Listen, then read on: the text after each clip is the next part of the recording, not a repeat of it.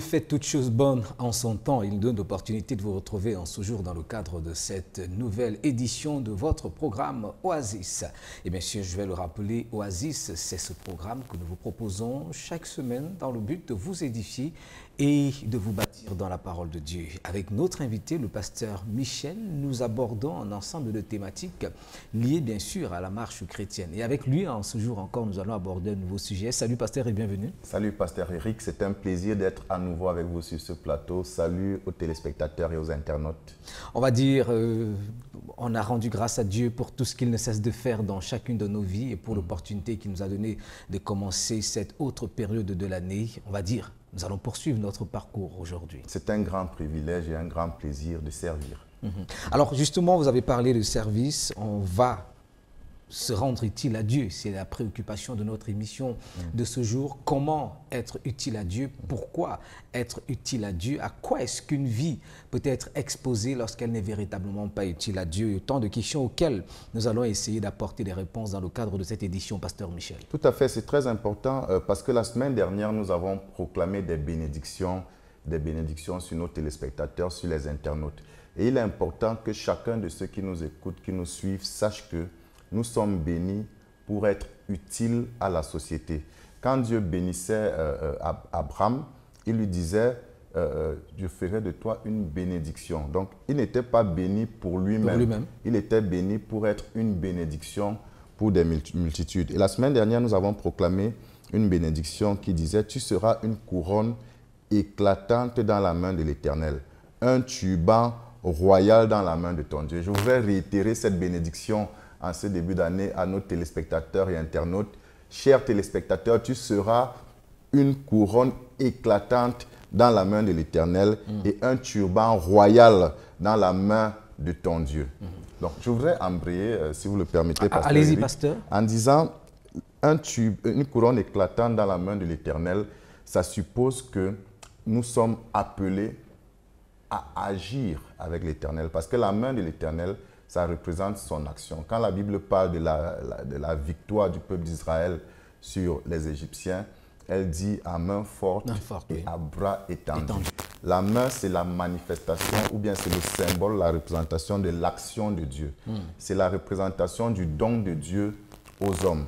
C'est la représentation de la puissance de Dieu et de sa victoire sur l'ennemi. Donc, si nous sommes appelés à être des couronnes éclatantes dans la main de Dieu, ça veut dire que nous sommes appelés à agir avec Dieu pour le compte de Dieu dans notre génération et dans notre environnement.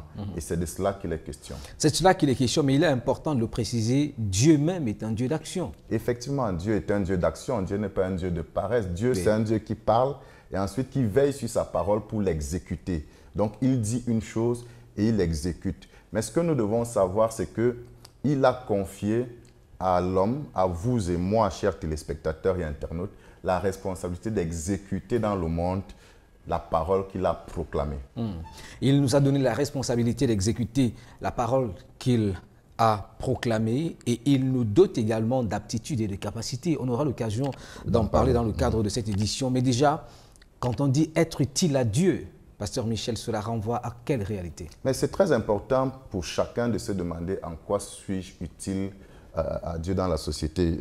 Quand je fais référence au livre de Actes, chapitre 13, verset 36, qui parle de la mort de David, la Bible dit « Or David, après avoir en son temps servi au dessein de Dieu, est mort et a été réuni à ses pairs et a vu la corruption. » La mort, c'est une réalité qui fait partie intégrante de la vie et chacun d'entre nous doit se préparer à cette éventualité-là. Ça va arriver un jour ou l'autre. Oui. De toutes les manières, d'ici 500 ou 1000 ans, si le Seigneur tarde à venir, nous serons tous morts. Donc, nous avons vécu pendant ces 2 dernières années des décès, même dans l'Église, qui nous ont choqués, qui nous ont amenés à nous poser des questions, qui nous ont fait mal, parce que la séparation est douloureuse.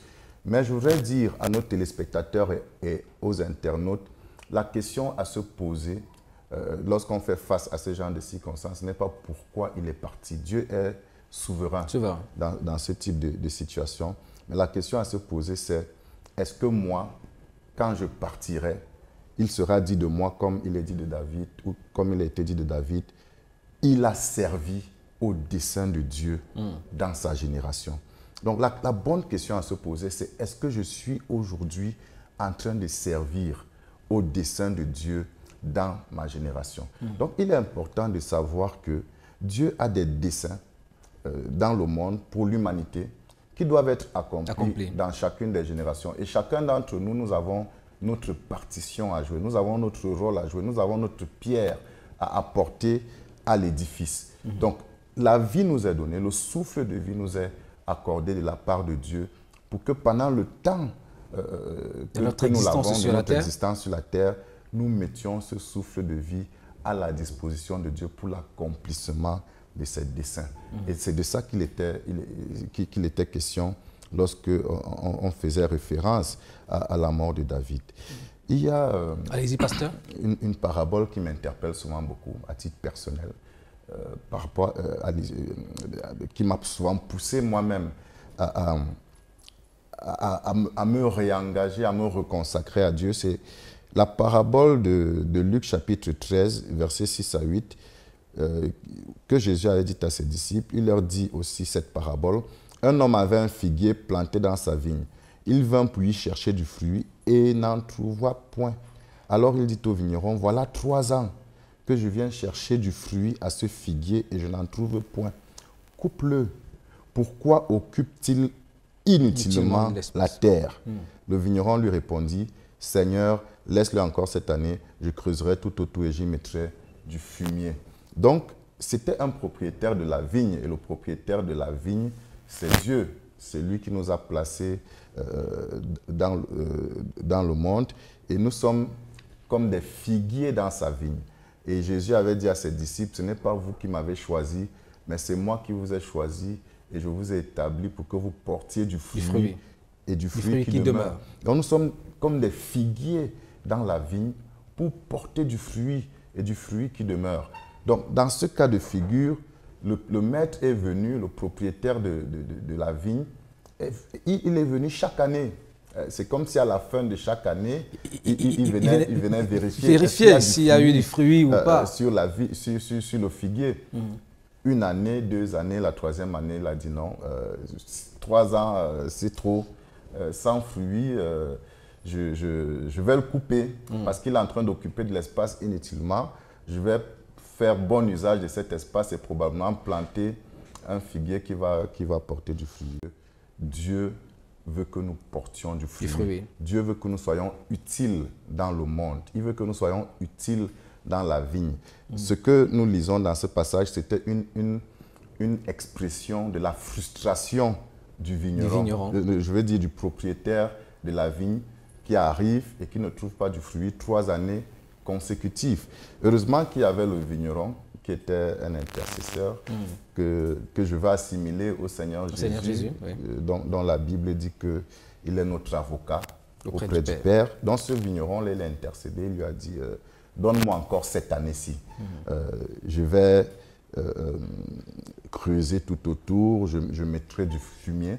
Et cette année-là était comme une nouvelle opportunité offerte au figuier de porter du fruit. Donc je voudrais te dire, avec la permission du pasteur Eric, chers internautes, chers téléspectateurs, toi qui nous écoutes aujourd'hui, chaque nouvelle année est une opportunité que Dieu te donne pour te rendre utile à la société. Et je voudrais que tu considères cette année 2022 comme une opportunité nouvelle que le Seigneur te donne pour te rendre utile dans ta génération, pour servir au dessein de Dieu dans ta génération. Coopère avec le Saint-Esprit pour apporter de l'engrais à ta vie, pour enlever toute mauvaise herbe, pour enlever toute terre qui obstrue l'éclosion du fruit dans ta vie. Mais sache que cette année-ci, c'est une opportunité que Dieu t'accorde pour que tu sois utile dans sa vigne. Et aie cette détermination à être utile dans sa vigne.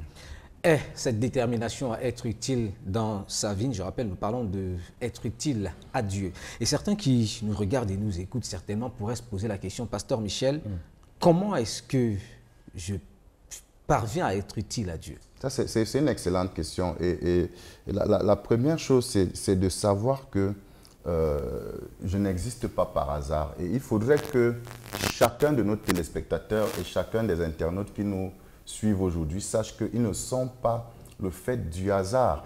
Même si ta mère ou ton père t'a dit « nous ne t'attendions pas, c'était un accident », je veux que tu saches, chers téléspectateurs, que ta venue dans ce monde n'est pas un accident. Et il ne faut pas que tu te considères comme un accident sur la terre, comme quelqu'un qui est venu en complément d'effectifs, comme quelqu'un qui est venu juste pour accompagner les autres. C'est un état d'esprit dont il faut se défaire s'il faut être utile dans la vie, s'il faut être utile dans la société. La première chose à faire pour être utile dans la société, c'est ouvrir son intelligence à un renouvellement, à une nouvelle façon de se considérer, à une nouvelle façon de se voir. Il faut se voir comme quelqu'un qui est un homme, une femme de destinée. Et je voudrais dire à chacun de nos téléspectateurs, tu n'existes pas pour rien. Tu es un homme, tu es une femme, tu es un enfant de destinée. Tu existes pour servir au dessein de Dieu sur la terre, pour accomplir ta destinée. Et je vais proclamer au nom de Jésus-Christ, tu accompliras ta destinée. On va dire, se considérer comme une valeur ajoutée. Effectivement, se considérer comme quelqu'un qui a quelque chose à apporter dans le monde, comme quelqu'un qui a une solution. Vous vous souvenez, dans la Bible, quand Jésus s'est retrouvé avec la foule de 5000 hommes, sans compter les femmes et les enfants, qui avaient passé toute une journée à écouter la prédication. Ça veut dire que Jésus prêchait quand même de longs messages. De longs sermons. On s'en prend souvent au pasteur. Ça, c'est une parenthèse. Mais quand les disciples sont venus dire à Jésus, renvoie-les pour qu'ils aillent chercher quelque chose à manger, Jésus leur a dit non, vous-même. Donnez-leur vous-même à manger. Donnez-leur vous-même à manger. Jésus était en train de leur dire, sachez que vous détenez la solution aux besoins des hommes, aux problèmes des hommes. Donc, il faut que chaque chrétien sache qu'il est un détenteur de la solution pour quelqu'un dans la société ou pour un groupe de personnes dans la société. Ce changement de pensée à son propre sujet, c'est déjà un grand pas vers le fait de se rendre utile dans la vigne. Un grand pas pour ceux qui voudraient bien sûr se rendre utile dans la vigne.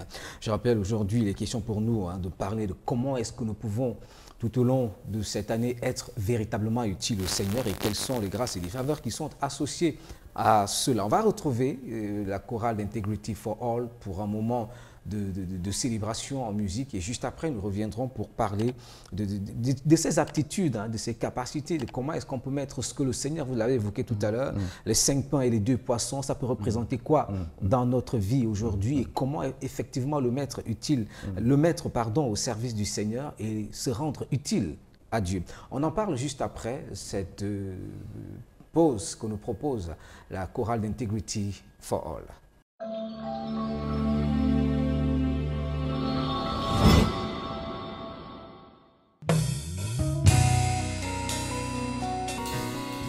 Sens-toi libre de te mettre sur tes 2 pieds et de chanter avec nous ce chant de la chorale IFA.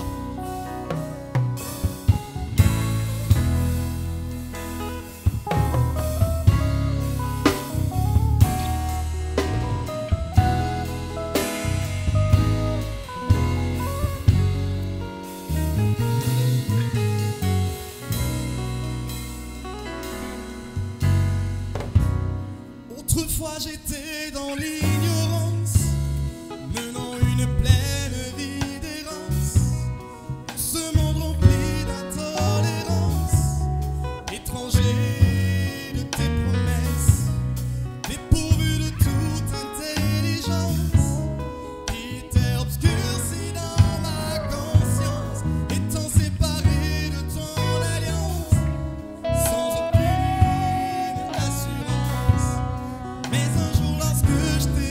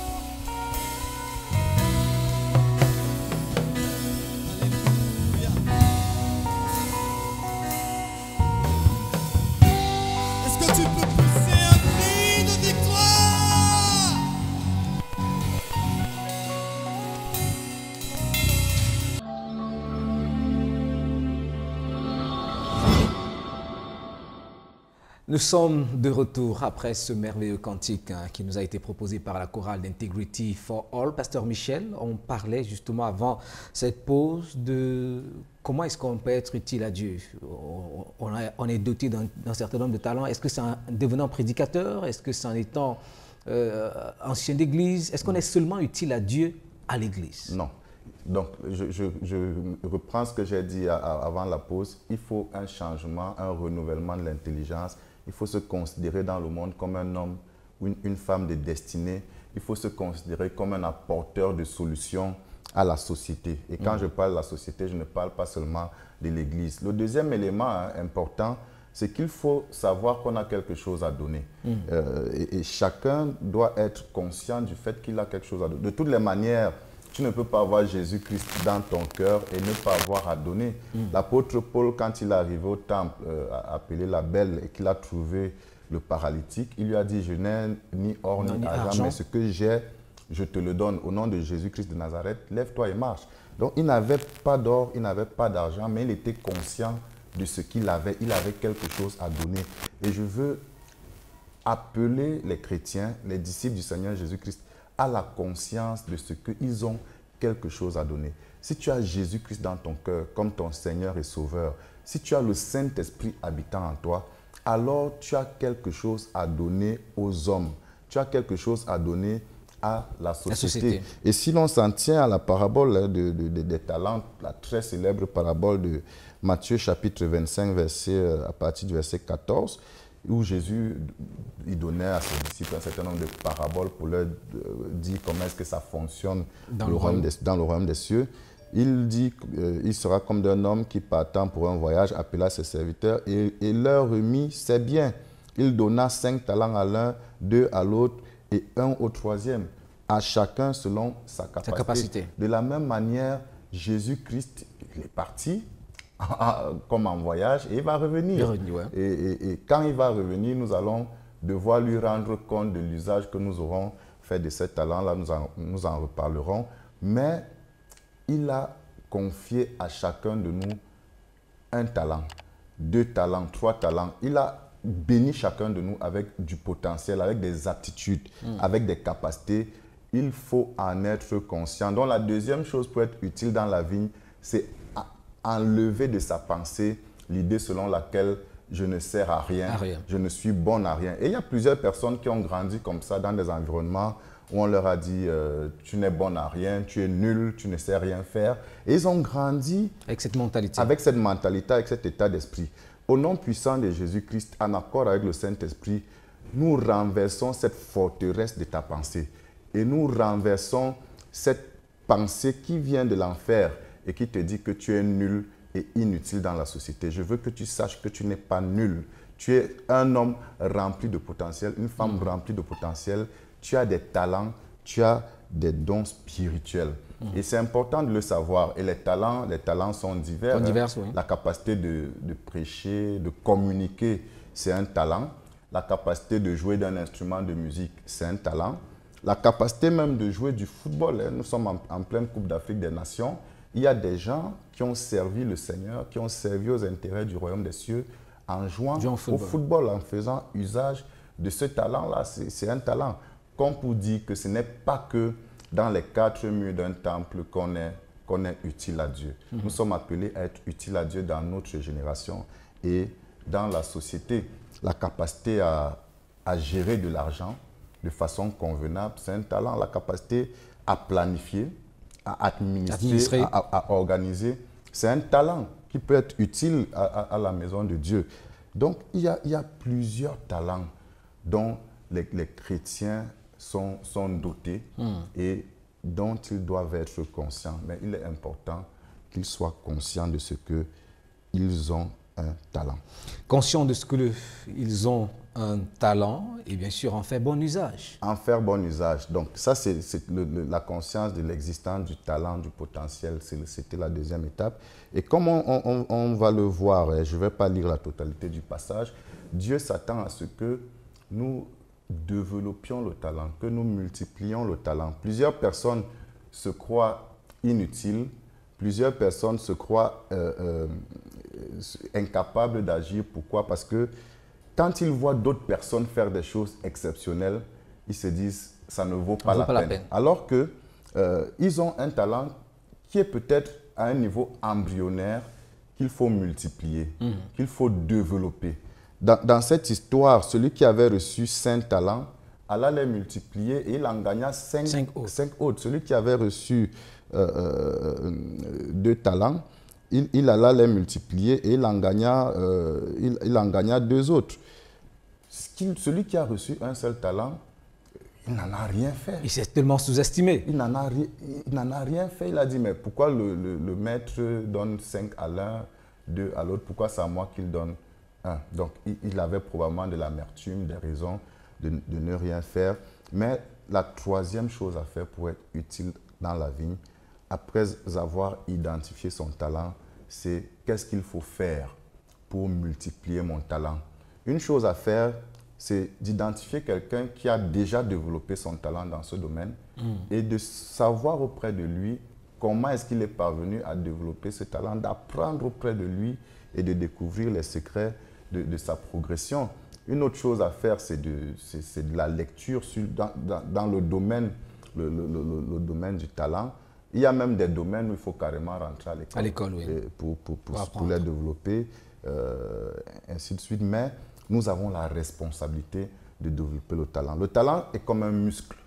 Le talent se développe aussi par l'exercice. Si vous avez un talent d'orateur, vous allez développer ce talent d'orateur en vous exprimant, en l'exerçant. Donc, il faut exercer son talent, quel que soit aujourd'hui le niveau auquel on l'exerce. À force de l'exercer, il va se développer, il va grandir. Donc, la troisième chose pour être utile dans la maison, c'est de développer le talent. Et quand on prend l'exemple du troisième qui a reçu un seul talent, ce qu'on constate, c'est que il n'avait pas développé son talent parce qu'il s'était donné des raisons. Et ces raisons-là... Des excuses. Il s'était donné des excuses. Et plusieurs de ces excuses, c'était des accusations à l'égard de son maître. Je savais que tu es un homme dur, je savais que tu moissonnes là où tu n'as pas semé, je ne voulais pas que tu viennes moissonner dans ma vie alors que tu n'as pas suffisamment semé. Et il y a plusieurs chrétiens comme ça dans l'église qui n'exercent pas leur talent, qui ne manifestent pas leur talent parce que le pasteur ne leur a pas rendu visite, parce qu'ils étaient malades. On n'a pas prié pour eux, on ne les a pas aidés à acheter les médicaments. Donc, ils se donnent plusieurs raisons pour vivre une vie en retrait et ne pas se donner. Je voudrais dire à de tels chrétiens, ce n'est pas le pasteur qui a donné sa vie à la croix pour toi. Ce n'est pas le frère qui n'est pas venu te rendre visite, prier pour toi, qui a donné sa vie à la croix pour toi. Jésus-Christ a donné sa vie à la croix pour que tu sois sauvé et racheté de tes péchés, de tes conséquences. C'est à Jésus que tu donnes ton talent. C'est à Jésus que tu donnes ta vie. Ce n'est pas à un homme. Donc, arrête ces excuses qui ne tiendront pas le jour du jugement, quand le maître reviendra pour te demander qu'est-ce que tu as fait de ce talent. Et justement, vous abordez ce que l'on pourrait considérer comme un autre point important de cette réflexion, la conséquence d'une vie inutile, c'est-à-dire on a reçu de Dieu, mais on ne valorise pas. Moi le passage que j'ai cité là m'effraie beaucoup. Ça m'effraie dans la mesure où, à la fin de ce passage, il est dit, son maître répondit, serviteur méchant et paresseux, tu savais que je moissonne où je n'ai pas semé et que j'amasse où je n'ai pas vanné. Il te fallait donc remettre mon argent au banquier et à mon retour, j'aurais retiré ce qui est à moi avec un intérêt. Il dit, ôtez-lui donc le talent et donnez-le à celui qui a 10 talents et jetez-le dans les ténèbres du dehors où il y aura des pleurs et des grincements dedans. Est-ce à dire, si la Bible est vraie, que plusieurs qui sont dans l'église, plusieurs qui s'appellent chrétiens, vont se retrouver en enfer parce qu'ils n'auront pas fait un bon usage du potentiel que Dieu leur a donné, des aptitudes que Dieu leur a données? Est-ce à dire que plusieurs chrétiens qui sont dans l'église tous les jours, mais dont le cœur est rempli d'accusations vis-à-vis du pasteur, vis-à-vis des frères, et qui vivent leur vie dans le retrait, vont se retrouver en enfer parce qu'ils ont retenu leur épée du carnage? C'est ça que ce passage semble dire et il faudrait que nous fassions très attention. Un peu comme ceux-là qui refusent de faire du bien. et qui estime que voilà, on ne fait pas le mal. Exactement. Dans Jacques chapitre 4, pour aller dans votre sens, versets 16 à 17, il dit « Mais maintenant, vous vous glorifiez dans vos pensées orgueilleuses. C'est chose mauvaise que de se glorifier de la sorte. Celui donc qui sait faire le bien, qui sait faire ce qui est bien et qui ne le fait pas, commet un péché. » Effectivement, nous nous glorifions souvent d'avoir abandonné le mal, d'avoir abandonné la fornication, l'adultère, le vol, le mensonge, ainsi de suite. Il dit que ça ne sert à rien de se glorifier comme ça, de ces pensées orgueilleuses. Si tu sais faire ce qui est bien et tu ne le fais pas, quelle que soit la raison, tu es en train de commettre un péché. Et il y a plusieurs qui vivent dans le péché, pas parce qu'ils commettent le mal, mais parce qu'ils ne commettent pas, ils ne pratiquent pas le bien. Ils ne pratiquent pas le bien qu'ils doivent faire, qu'ils doivent pratiquer. Parce qu'ils ne pratiquent pas le bien qu'ils doivent pratiquer. Oui, allez-y, pasteur. Effectivement, quand on regarde la conclusion de la parabole des talents, le bien que ce dernier devait pratiquer en faveur de son maître, en faveur de la société, il ne l'a pas pratiqué. Il allait enterrer son talent de chantre, il l'a enterré, son talent d'encadreur des enfants, il l'a enterré, son talent d'enseignant la parole, il l'a enterré, et ainsi de suite. Il a été jeté dans les ténèbres du dehors. Pourquoi? Parce qu'il a commis un péché en ne faisant pas le bien qu'il savait faire, qu'il devait faire. Et Jésus dit dans la parole de Dieu, et il faut vraiment que nous fassions très attention à ces paroles du Seigneur, parce que ne développons pas une vie chrétienne où nous vivons avec la démangeaison d'entendre les choses qui nous plaisent. Il y a aussi des versets bibliques qui sont destinés à nous recadrer et que nous ne devons pas mettre de côté. Jésus dit, celui qui n'est pas avec moi est contre moi. Et celui qui n'assemble pas avec moi disperse. Donc celui qui est dans l'église et qui n'a pas la détermination d'assembler avec le Seigneur, de servir le Seigneur, de gagner les perdus, parce que c'est ça la volonté de Dieu, de bâtir ceux qui viennent au Seigneur, parce que c'est ça la volonté de Dieu, qui n'a pas la détermination de faire le bien, il est en train de disperser. Il n'est pas en train d'assembler avec Dieu. Celui qui ne fait pas le bien, celui qui ne se dispose pas à œuvrer ou alors à mettre ce qu'il a reçu du Seigneur à la disposition des autres, il n'est pas en train de faire du bien et il pêche. Pasteur Michel, nous allons sortir de cette édition. Je rappelle, aujourd'hui, on parlait de être utile à Dieu. Qu'est-ce que nos téléspectateurs et internautes peuvent retenir et qu'est-ce qu'on peut agresser comme prière à Dieu à leur sujet? Alors, ce que les téléspectateurs et internautes doivent retenir, c'est que, chers téléspectateurs, chers internautes, tu existes pour servir au dessein de Dieu. Après que tu auras quitté ce monde, il faut qu'il soit dit de toi que tu as servi au dessein de Dieu dans ta génération et selon les capacités que Dieu t'avait accordées. Et pour servir au dessein de Dieu, il y a un certain nombre de choses que nous avons vues.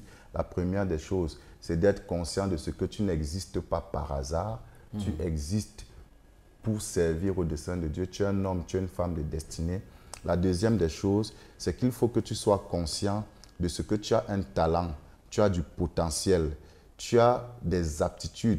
La troisième chose, c'est que tu as la responsabilité de développer ces aptitudes en les exerçant et aussi en apprenant des autres, en profitant de tous les outils d'apprentissage à ta disposition. Donc, tu as la responsabilité de développer cette aptitude de façon à impacter au mieux la société. Ce qu'il faut savoir, c'est que le péché, ce n'est pas que faire le mal. Le péché aussi, c'est ne pas faire le bien que tu sais faire et que tu es appelé à faire. Ma prière pour toi ce soir, c'est qu'à partir de ce jour, tu sois un homme, tu sois une femme, tu sois un enfant engagé à faire le bien pleinement et à saisir toute opportunité à faire le bien. Nous disons merci au pasteur Michel pour merci pasteur Eric, c'est un plaisir. Ces moments édifiants, mais surtout également pour ces moments de prière. Nous vous retrouverons certainement très bientôt, chers téléspectateurs et internautes, pour un autre moment d'édification. Que le Seigneur vous bénisse. On se dit à bientôt. Shalom. Shalom.